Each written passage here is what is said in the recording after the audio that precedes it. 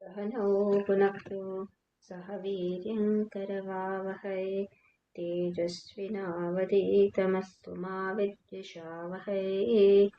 ॐ शान्ति शान्ति शान्तिः।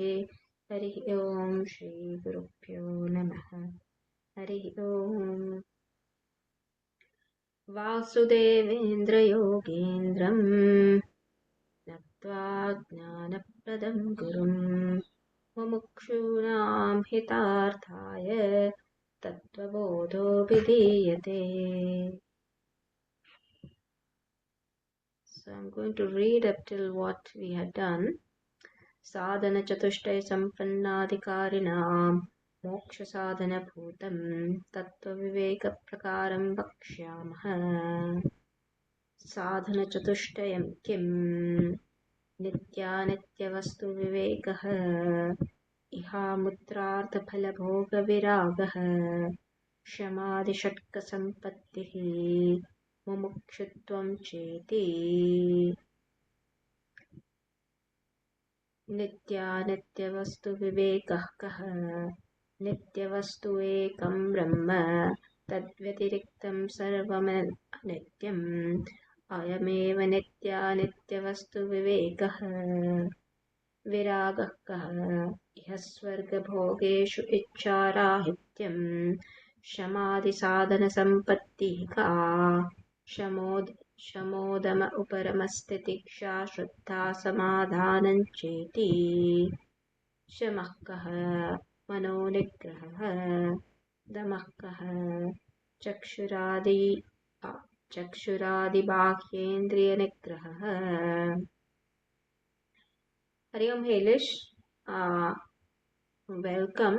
Helish is just attending today and hopefully he'll continue to attend. So I'm just revising, Helish, what all we have done so far.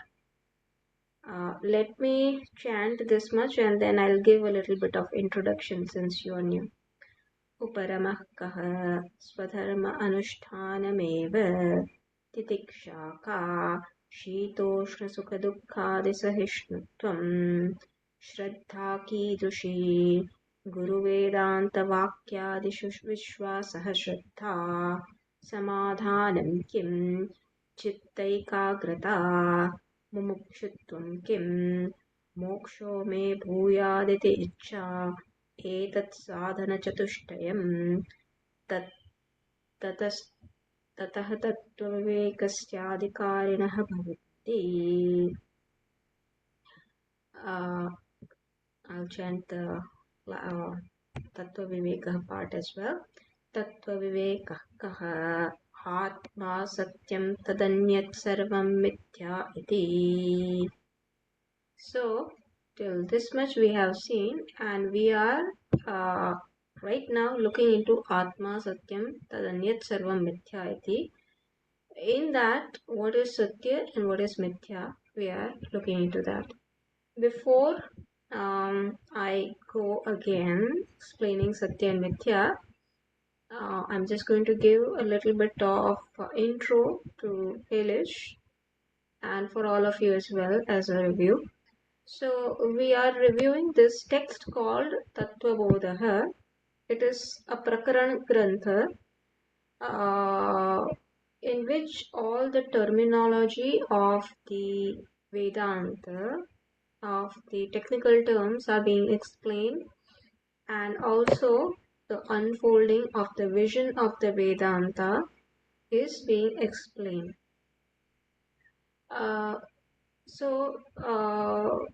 The author says that, in the first verse that I am composing this text for the mumukshus, for those who are interested in, for those desirous of freedom.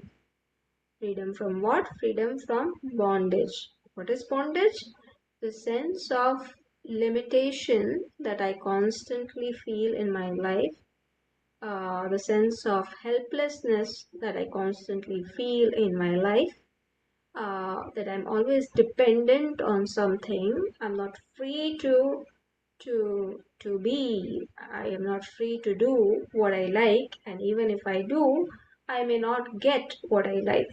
So this is the constant bondage that we all face in our own sectors. But is this bondage real, or is it a notion on our part? Vedanta says that the bondage that we feel in our life is a notion on our part. How? Just as if in twilight, or in a room which is not well lit, if there is a piece of rope and I may take it to be a snake, and become frightened and afraid, and I will start uh, you know perspiring, and my heart palpitations will increase because I am seeing a snake. But in reality, is it a snake? If I switch on the light in my room, and then when I see, oh, it's not a snake, it is a rope, then all my perspiration, palpitation, all slowly vanishes. How? In in the knowledge that what I took to be a snake in reality is not a snake, but it is actually a rope, and it is not going to harm me. So also we are suffering uh, from this limitation, etc., because of not understanding the facts about myself and the facts about the world. About not understanding the realities of life, we are constantly suffering from the sense of limitation, from the sense of bondage.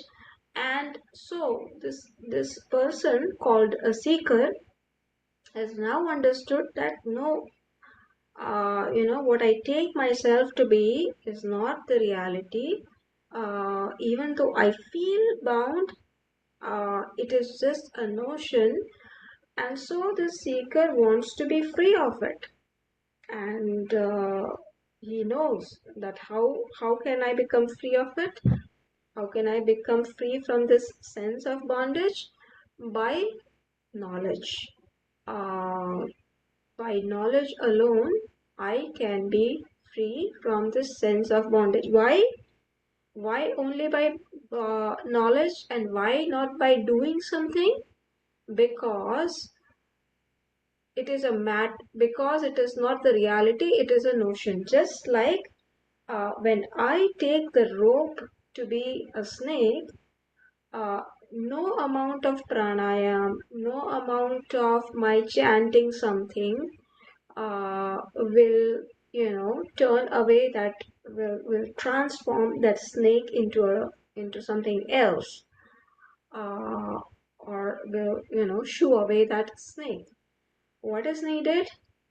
Only this knowledge on my part that what I take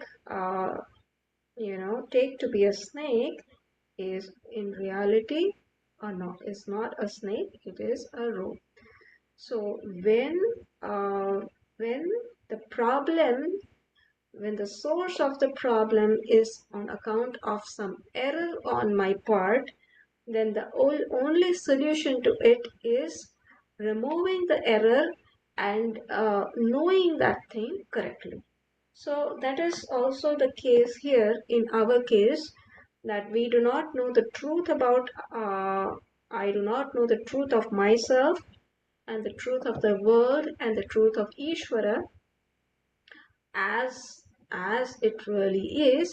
And so the solution is knowing all these three: knowing myself as I am in reality, knowing the world as it is in reality, and knowing Ishvara as it is.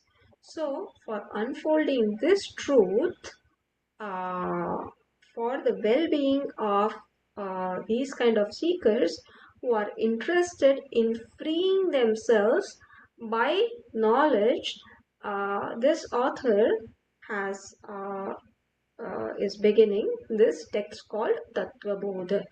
Tattvabodha meaning knowledge of the realities, knowledge of the realities of life. So, what for is he doing? He is doing for the well-being of the seekers. So we all are seekers, okay?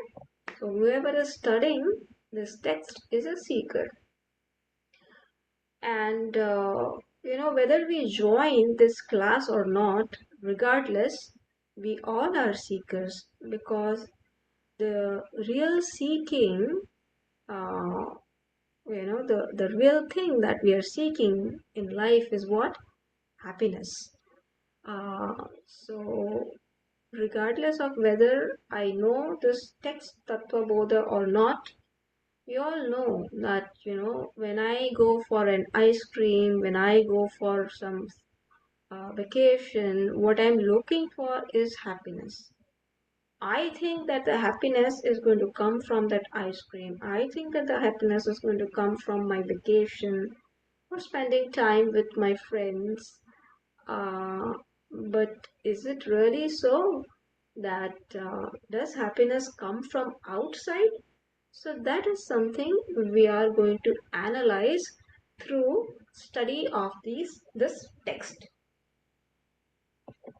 So if you want entry into IT or IIT, you need some qualification, right? Not everybody can enter engineering. Not everybody can enter medical school. Not everybody can enter IIT. You need to qualify the test and then they give you the entry. So also in this text, what kind of qualifications do we require? So the sadhana chatushtaya sampannadhikarina, uh, those people who have this fourfold qualification, uh, for them, I am telling this text. So the author is giving this prerequisite of studying this text, that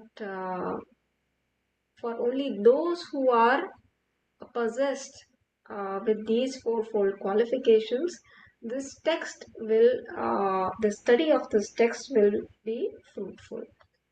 We need not worry if we find that we do not have these qualifications.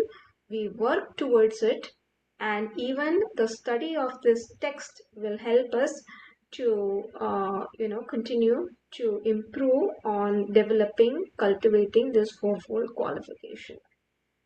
And as I said to all of the other students, to Sajani ji, Shivani ji, and Tula, this developing fourfold qualification is a lifetime goal. So it is not that you are going to have it in 100%. You may have it, let's say 50%, and then slowly as you become more and more mature, the degree to which your personality will exhibit these qualifications will also increase. And only in somebody who is wise, a gnani, you see these fourfold qualifications uh, in in 100%, uh, you know, um, in its entirety. So, what are these qualifications? Viveka, Vairagya, Shamadhi Shatka Sampattihi, and Mumukshutvam. Uh, what is Viveka? So, what is Nitya? What is permanent? What is impermanent? To be able to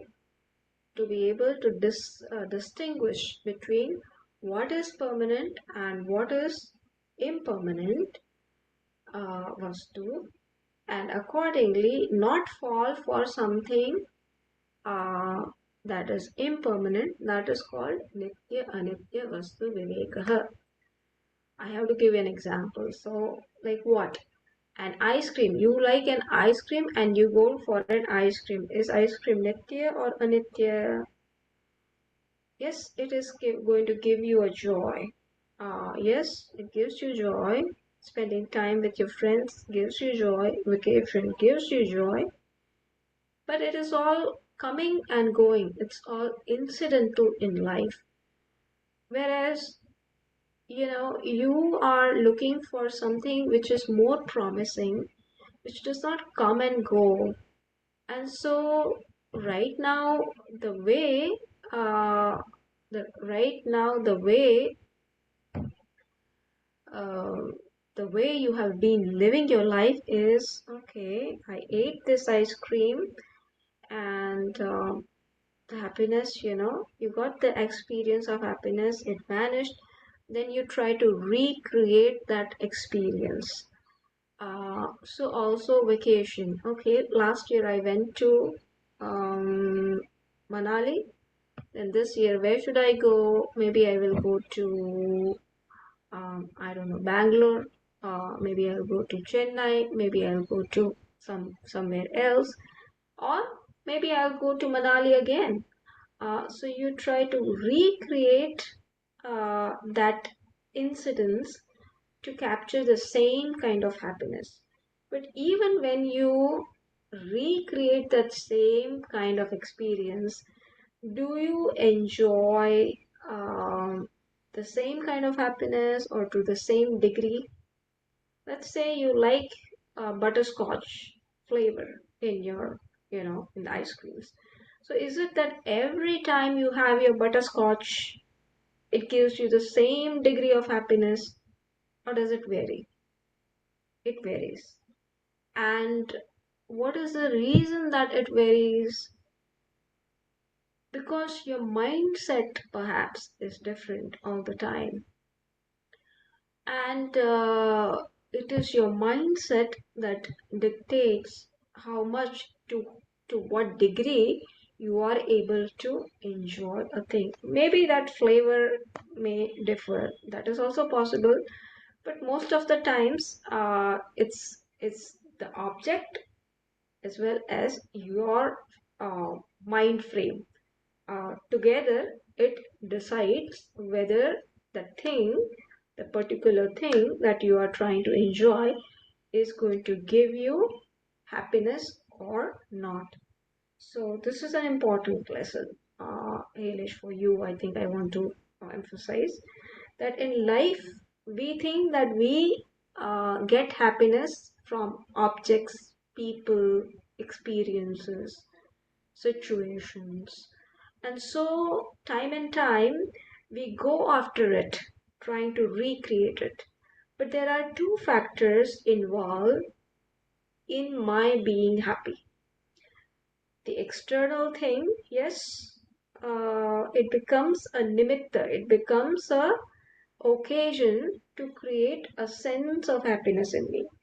But if my mind is not ready, then no matter how dear that object or person or situation may be, it may not give you that sense of happiness. For example, you went to a vacation and you're enjoying, the scenery, the snow-covered mountains, and all of a sudden you got a call that, hey, you gave interview in that particular job, but I'm sorry, you didn't get, you're not selected. So how, your whole enjoyment uh, is ruined. Why? Because now your mind frame changes, or you got a message of somebody, your friend met with an accident, and so how suddenly your mind frame is no longer available to enjoy that particular thing. So two thing is required: your object, fine, but your mind frame. If your mind frame is not um, you know available to enjoy a thing, then even if that object is dear to you, it will not be able to give you happiness. So, here, when we are talking about the fourfold qualification, we are talking about that kind of, we are trying to develop that mind frame so that the uh, mind is able to enjoy itself, as well as, whatever external things, people, etc., may cause to bring that joy in our mind. Uh, Coming to Nitya Anitya Vastu Vivekaha, this is little bit more subtle. This is that there is something more permanent and something that is impermanent. So to be able to discriminate that distinction, that yes, I am going after happiness, but all those happiness, whether from ice creams or whether from people or whether from, situations, what kind of happiness is it giving me? Is it giving me lasting happiness? No, it is coming and going. But what am I looking for? I am looking for lasting happiness that stays. I am looking for a happiness which does not come and go. I am looking for happiness which stays with me 24/7. So, this understanding itself is called Nitya Anitya Vastu Vivekaha. Then Iha Mutrartha Phala Bhoga Vairagya. Then it is talking about dispassion. So when we have this understanding of what is permanent and what is impermanent, then that understanding will slowly make our personality introvert, or not introvert but inward looking. So far I was depending on external objects to be happy. As soon as this viveka happens, that no, this external objects itself are not capable of giving me a lasting happiness, 24/7 happiness, but there is something that is capable of giving that lasting happiness. And in and through all the desires that I'm trying to fulfill in my life, what I'm looking for is that lasting happiness. When these three things, when these three, three understanding happens in our life, then we slowly stop depending on external objects and situations to give us happiness, and then we start understanding life. So this kind of vivek then slowly matures into this dispassion. So where iha mutrartha phala bhoga viragaha, I do not depend on enjoyment or the bhog. I do not depend on external objects to please me. So that is what dispassion means. For right now, this is the definition I am going to give. Then there is Shamadhi Shatka Sampattihi. This is the emotional maturity that is talked about, which is required not only for moksha, even if anybody doesn't want moksha in life, even if somebody wants to prosper in this, through material wealth, etc., this Shamadhi Shatka Sampattihi is very much needed. And lastly is the mumukshutvam. It's the intense desire that yes, I want to be free from this sense of limitation, sense of helplessness in my life. Then, so the whole text is in the form of the student asking a question to the guru, and the guru is responding to that. So, so far, the author is describing the fourfold qualification, and then what happens is the student is asking each of that qualification. Okay, so here it was just listed the viveka, vairagya, shamadhi, shatka, sampatti, and mumukshutvam. Those four qualifications were just listed. Now it is being discussed in detail. What is Nitya Anitya Vastu Vivekaha? So, Guru is saying, Nitya Vastu Ekam Brahma, Brahman alone is Nitya, and everything else is Anityam. What is Brahman? Brahman is a new word. Then Brahman, you can relate Brahman as Ishvara, right? Uh, Ishvara alone is Nitya. There is only one thing that is Nitya, that is permanent, that is lasting, which is called Brahman, or which is called Ishvara. And everything other than that, everything other than Brahman or everything other than Ishvara is what? Sarvam Anityam. Everything other than that is Anityam. This kind of discrimination alone is called Nitya Anitya Vastu Vivekaha. Then the student asks, Viraga Kaha, what is dispassion? What is Vairagya? Iha Swarga Bhogeshu Icharahityam.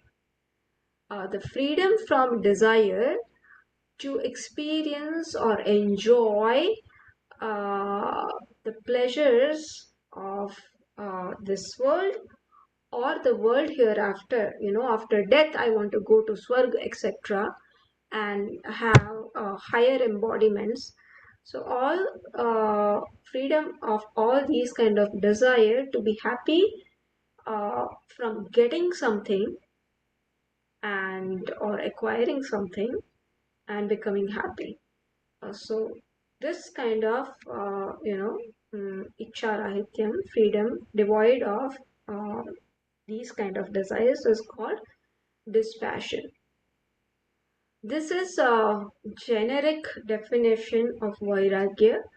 Our Swamiji, the way he explains is an objectivity towards objects, meaning not underestimating a thing for what it is, and not overestimating the thing for more than what it is.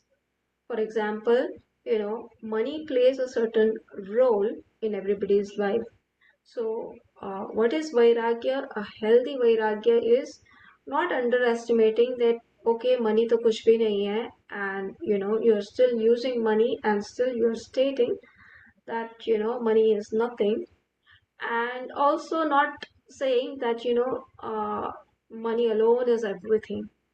It is a balance. It is a balance for, okay, money has a certain role, that you depend on money to you know uh, for your basic needs, and so you give appropriate value to a thing for what it is, neither more, neither less.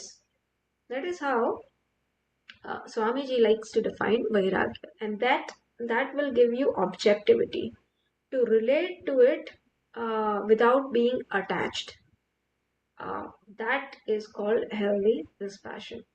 But this is also the traditional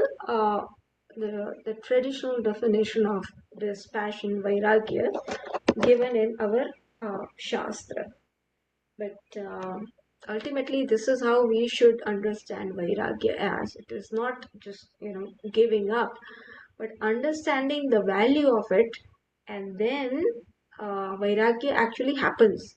Vairagya is not an action, your understanding itself culminates into this Vairagya.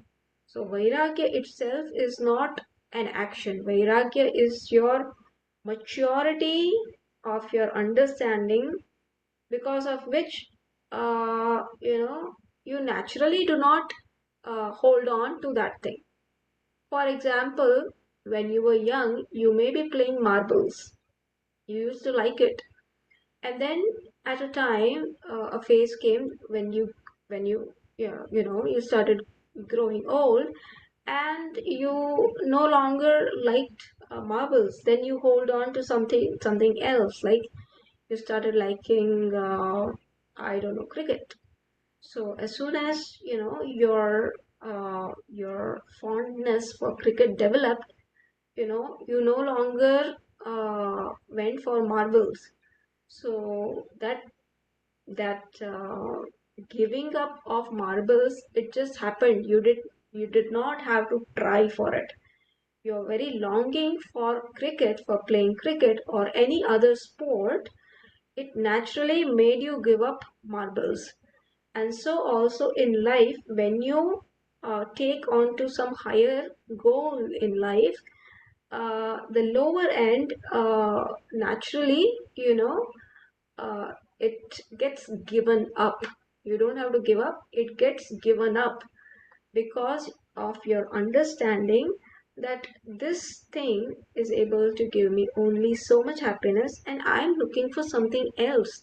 I'm looking for something more uh, lasting.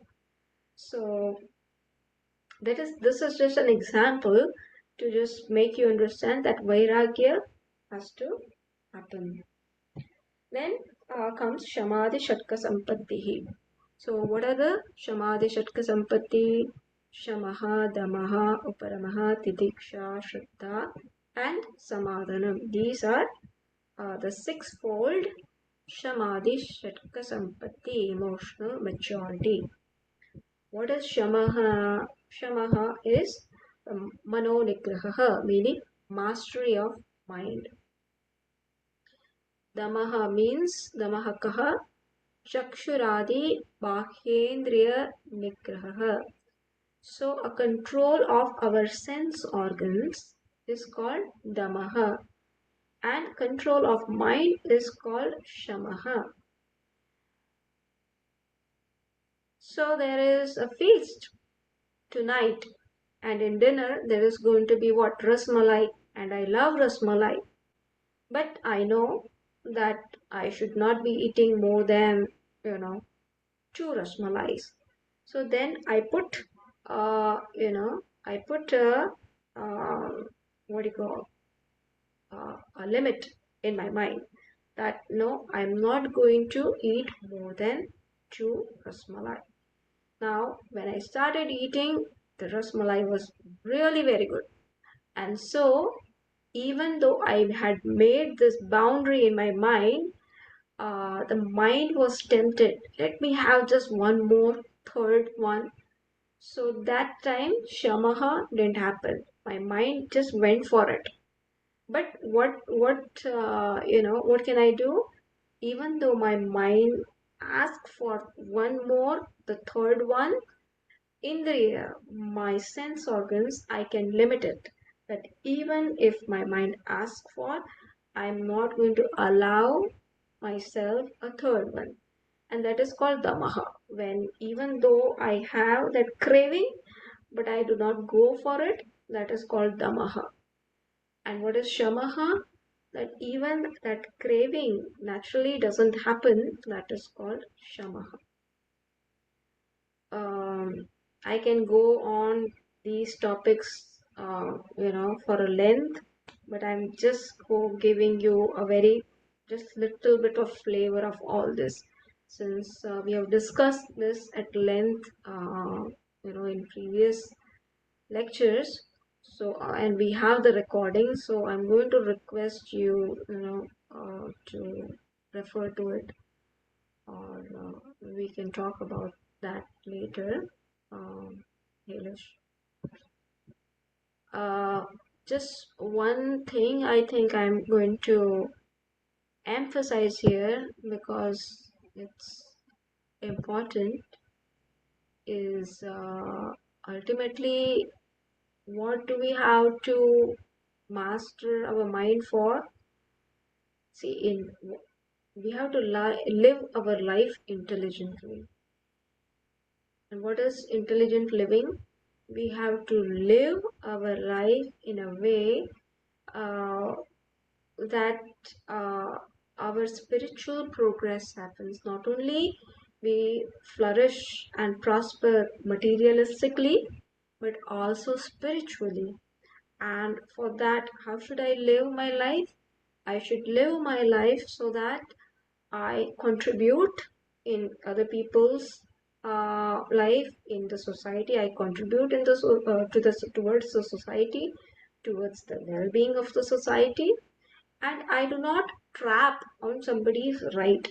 I do not, when I am acquiring my own security and my own, comfort, I make sure it is not at the cost of somebody else's security and somebody else's comfort. So this general knowledge or general kind of, understanding that everybody wants to be secure and so everybody wants to be comfortable. So in my acquiring my basic rights, let me not step on somebody's toes. This is, we all have this general understanding. And for that, what is needed is that I live a life conforming to the dharma, conforming to the values of life, conforming to what kind of values? So, Satya. Uh, do I like if my friend lies to me or somebody in my family member would lie to me? No, I do not. So also, anybody in this world will not like to be lied. So Satya, then Ahimsa. Do I like if somebody would insult me?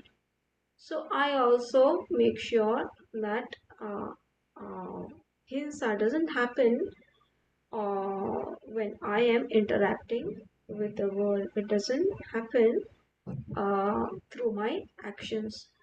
Kshama. Do you like if you make a mistake and your father or your friend is not able to uh, accommodate you, forgive you, you like to be forgiven, and so also others also like to be forgiven. So these values, these basic values, which uh, which what's the word? Which basically ask for developing more love, more compassion, more accommodation, and ensuring that we do not take to any negative aspects like violence, untruth, you know. Uh, so that alone is what is expected when this shamaha and damaha are being, uh, you know, asked for from a seeker. That basically you live a life of dharma, you live a life of giving. Yes, you can prosper materialistically, but not at the cost of others.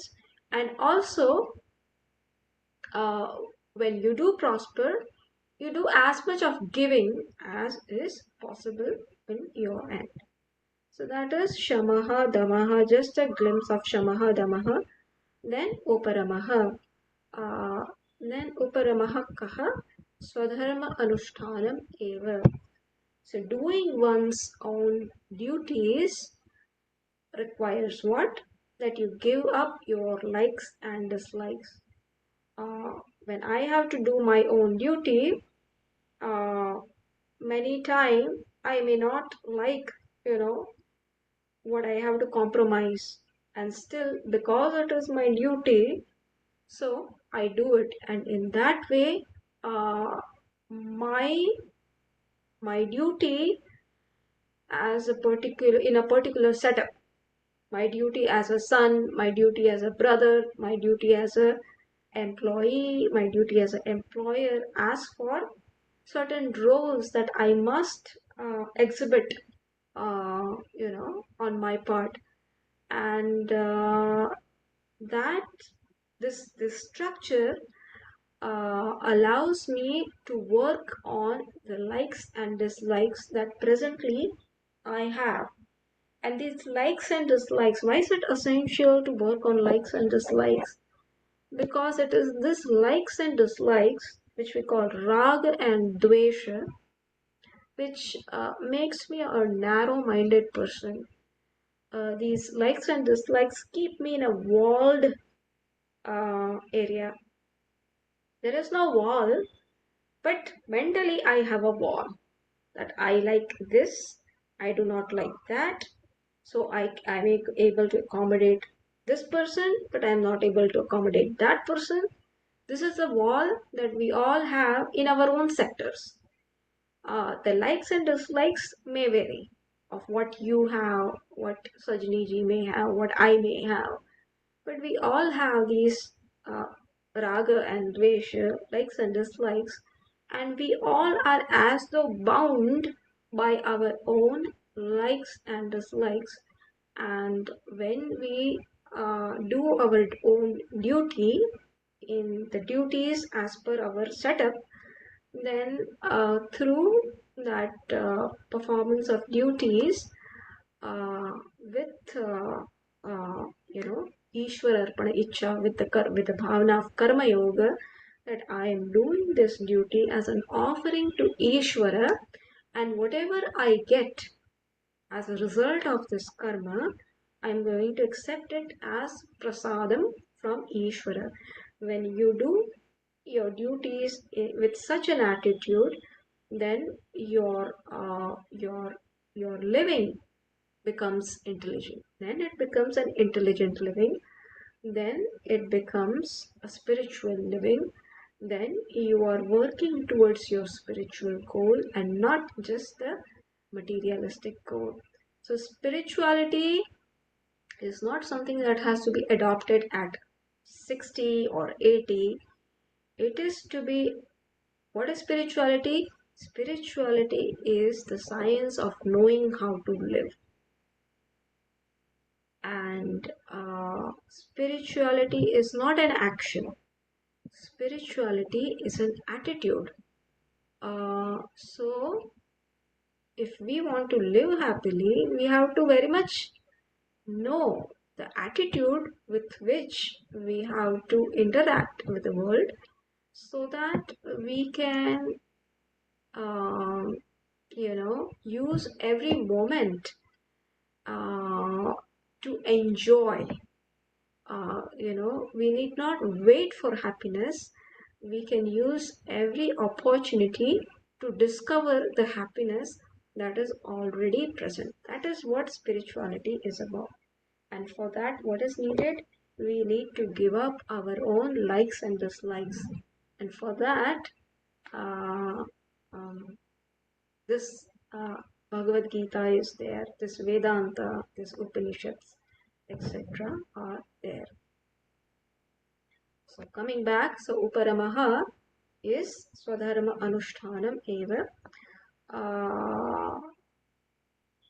Then Uparamaha is also called as withdrawal from the activities, or withdrawal from the, trying to do withdrawal from all other activities other than what you are doing. That is also called Uparamaha. Right now in this text, this is the definition given, and we will stick to it. Then Titikshaka. What is Titiksha? Forbearance. To be able to put up with the pairs of opposite. It's too cold, it's too hot, I need AC or I need heater. So without complaining, I gracefully accept. And yes, if it is too cold, I take my shawl and I make use of it. But what is the idea?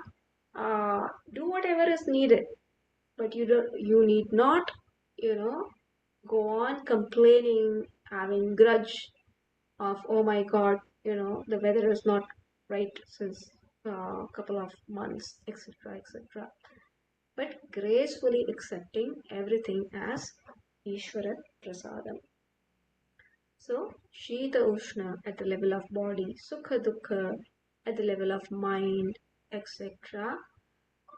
Towards all of this, being able to tolerate, and not only tolerate, to be able to gracefully accept it, to be without complaint, and gracefully with as Ishvara Prasadam. Then Shraddha Kidrushi Guru Vedanta Vakyadishu Vishwasaha Shraddha.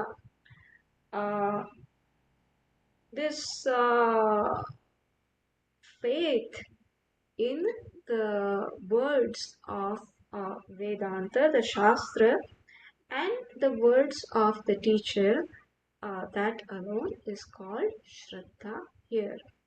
Because this is something that you are not going to be able to see as the spot, and so as the Shastra and teacher is unfolding the truth, you need to have that faith, and the faith here is not the faith meaning that you take everything that the teacher tells you without asking any question. You can ask as many questions as you want, but you do not question the teacher, meaning you do not question how can it be so, it cannot be right, not that attitude, but the attitude is, yes, this is what the Shastra says, yes, this is what the teacher says, but I'm not able to understand it.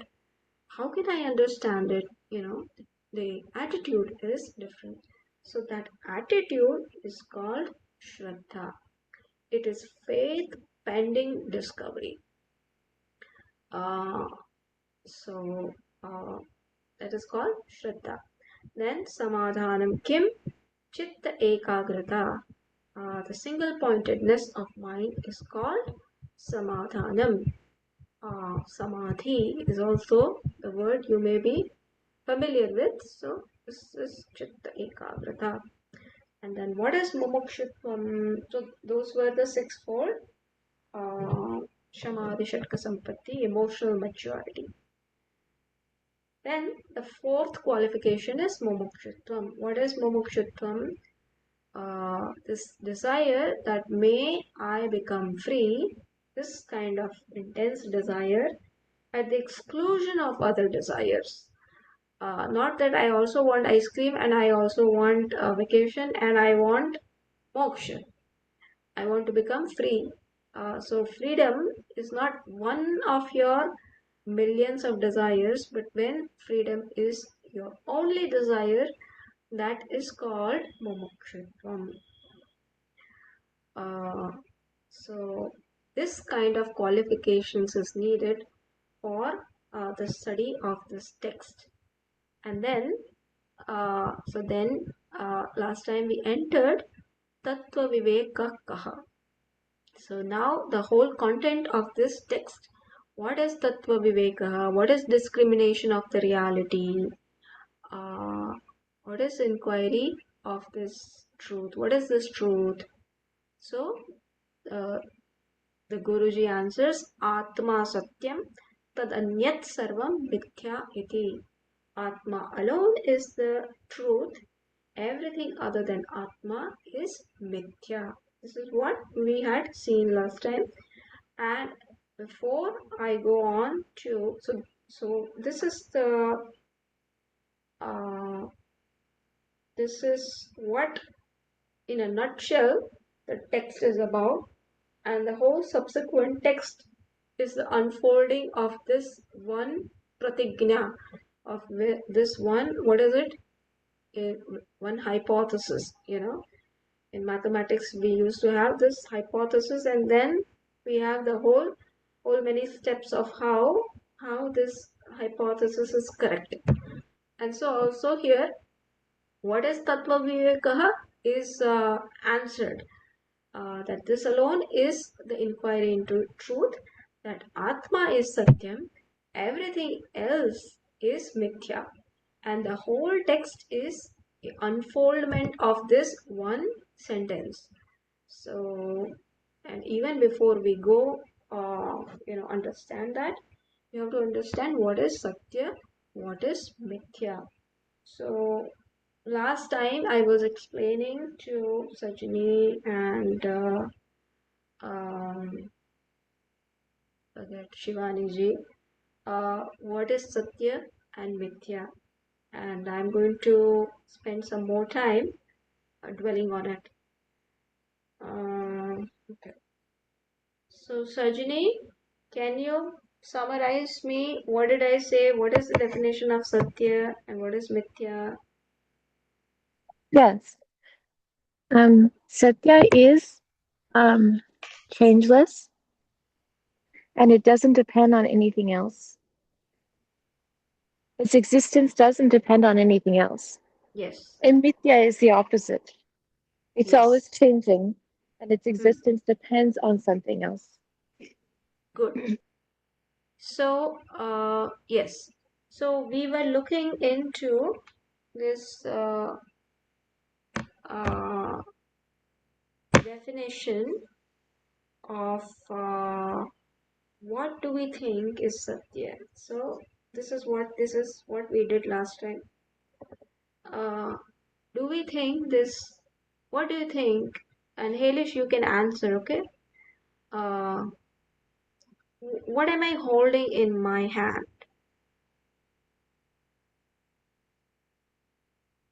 What am I holding in my hand? A pot? Halish, if you're there, you can unmute yourself. Yeah, sorry. Yes. So what am I holding?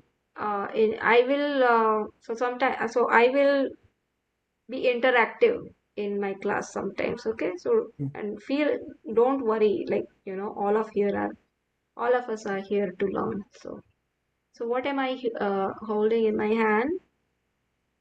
A pot. A pot. Is it real? Yes. What is this pot made up of? Mm, maybe Clay. clay. Yeah. Clay. Clay. Uh, what will happen if I take away clay from this pot? Will the pot remain? No. So this pot is not apart from clay. Uh, Mm, but uh, if I ask you to fill water in clay, will you be able to do that? no. You We have are to able first to, give it a shape first. you are okay. So you can fill up water in this pot, but Mm. not the clay. Right. So, but what is this pot? This pot, is it different from clay? Mm, it is a particular configuration of clay. I It don't, is a particular configuration of the clay, right? But if you take away our clay and pot, two different things, mm,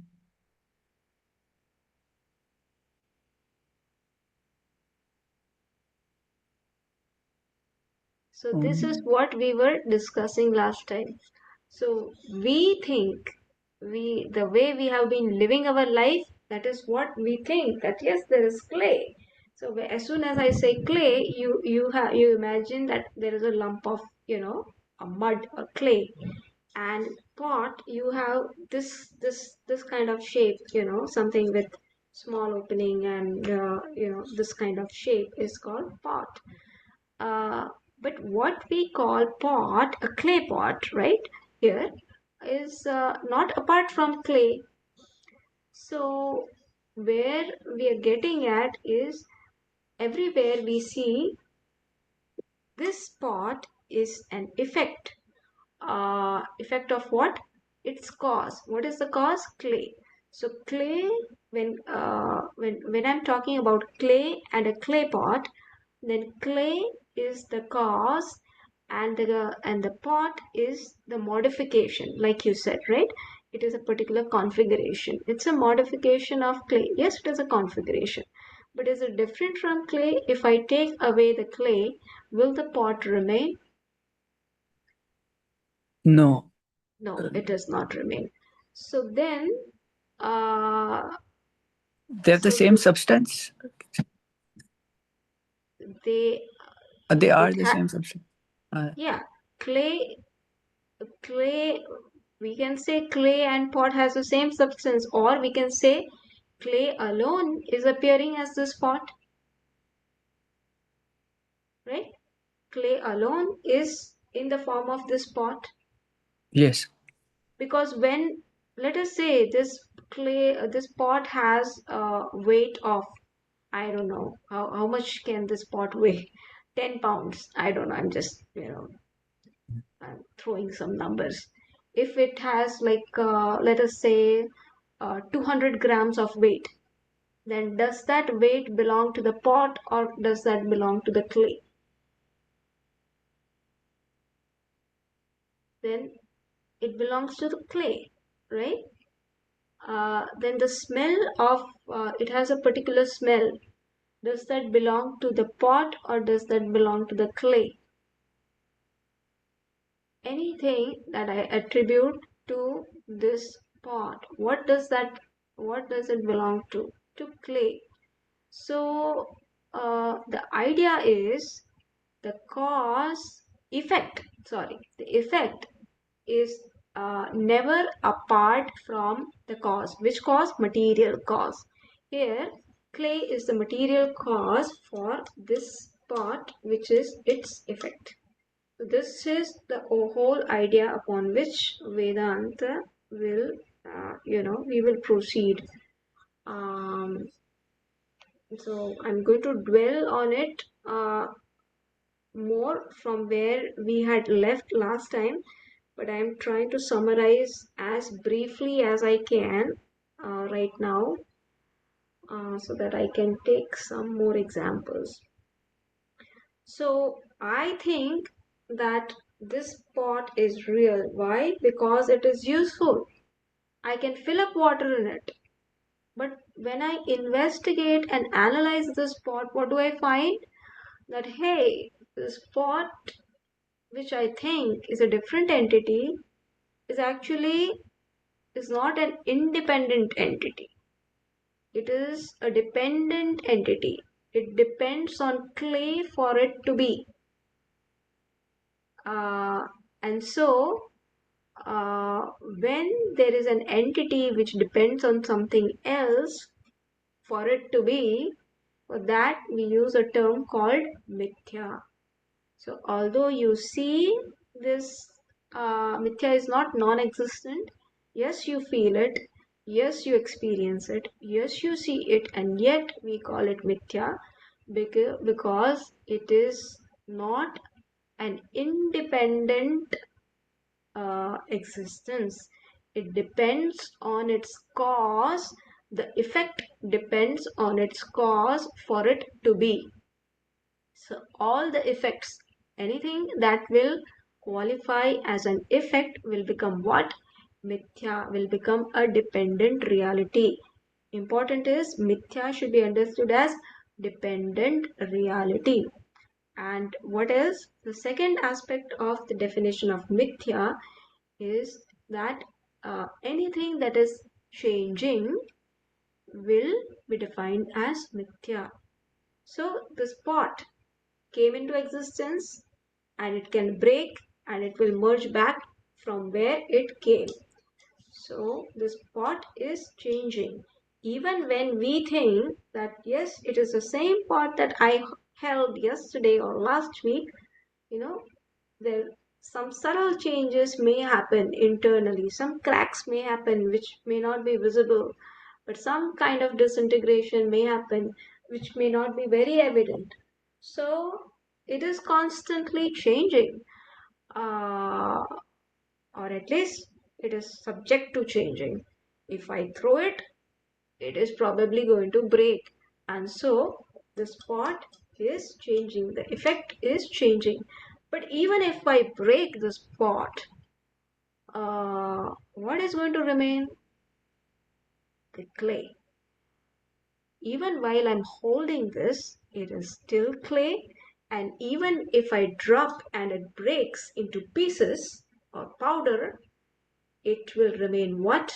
Clay. The clay aspect does not change, whereas the effect, the pot aspect, the configuration, which we call name, which we call pot, that keeps on changing. So what is mithya? That which keeps on changing is mithya. That which depends on something else for its existence is called mithya. So we think what is useful is satya, need not be. Example given was mm, this pot. This pot is here with me. Okay, let us assume it is filled with water. And yesterday night I had a dream and I had the same pot. And I was very thirsty. But the water in this pot, even though it was just lying besides me, it was not available to me in dream to quench my thirst. So if it was real, it should have been available all the time, which is not so. And so our saying that whatever is useful is real is not the correct qualification to assign something as Satya or real. What is the definition of Satya? The definition of Satya we think is what is useful is real. What else? What I can transact with, this what I can transact with, that is real. This is what we think. Then what is tangible, I can smell, I can touch, etc., that is real. This is our definition. Vedanta gives a different definition to Satya, and it challenges all our definitions of truth that we had been, taking it to be real so far. What does Vedanta says? That which is not subject to change or subject to negation is Satya. That which does not depend on something else for its existence, that is real. So this is the definition that Vedanta gives. Okay, this much I had seen. Then I had also given example of mirage water. But being short of time, I just want to give one more example, and perhaps then I may have to stop after 5 minutes. So what am I holding in my hand? A flower, right? So here both of you will have to unmute yourself. So uh, this flower has, I wish I had, this flower had, this flower has how many petals? 4 or 5? 5 petals. Let me tell 5 petals. Okay. So which part of this flower is a flower? This part? Okay. What if I break this part? Is this flower? What is flower? See, we are questioning. We told this is a flower. So now we are questioning what is flower. Okay. Is this so? I took out this petal. Okay. Will you still call this a flower? Yes. Yes. Okay. Good. So now it is still a flower. It's only that it has 4 petals. Okay. I will take away another petal. I'm sorry, flower. I'm destroying you. Okay. Is this still a flower? Yes, a damaged one. Okay, fine. Okay, I'm going to take one more. Oh God, this is a very delicate flower. Is it still a flower?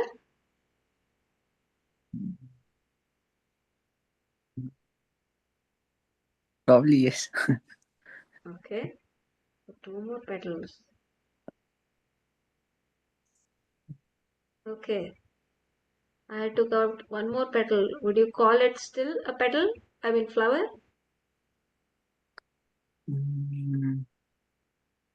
No, it's a part of a flower. I don't know. Not an entire flower. Yeah, I mean, at what point will you Yeah. stop calling Mm. it a flower, and at what point it remains a flower? Like, I took out all the petals. Where is the flower? We cannot identify that what it is. What is the flower? What is a flower? So define, am I not holding a flower in my hand? I just took out petals, right? In front of you, I took out one petal. You still kept on saying that, yes, the flower is there. Maybe damaged, but the flower is there. The flower is there. So I just took out the 4 petals or 5 petals. Is the flower not there? Mm. So what is flower? Is it a combination of all the petals? Then okay, I still have the petals. If I combine it, will it become a flower? Mm. Will it become a flower? If I just join it, will it become a flower? Mm. Is flower an assembly? Mm. Can I recreate the flower once I have torn it? No. Probably not. So what is a flower? Flower is a concept. Mm. What is a leaf? What is a leaf? Mm. What is this? Is this a leaf? Yes. Is this a leaf? Mm. This too. Is this a leaf? Yes. Think so. Define a leaf. What is a Mm. leaf? This is also a leaf. Mm. This is also a leaf. This is also a leaf. Can you Mm. define a leaf? Mm. Is leaf a shape that this particular shape? If that was so, then how is this and this so different? What is the Mm. definition of leaf? Is this a simple leaf, a compound leaf? I am going to start describing all the botanical names Mm. in a minute. So what is a Mm. leaf?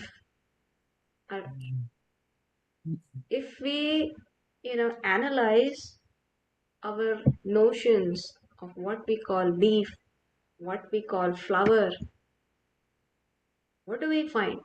These are all concepts, right? That we have learned and we have taken to be that yes, this is a leaf.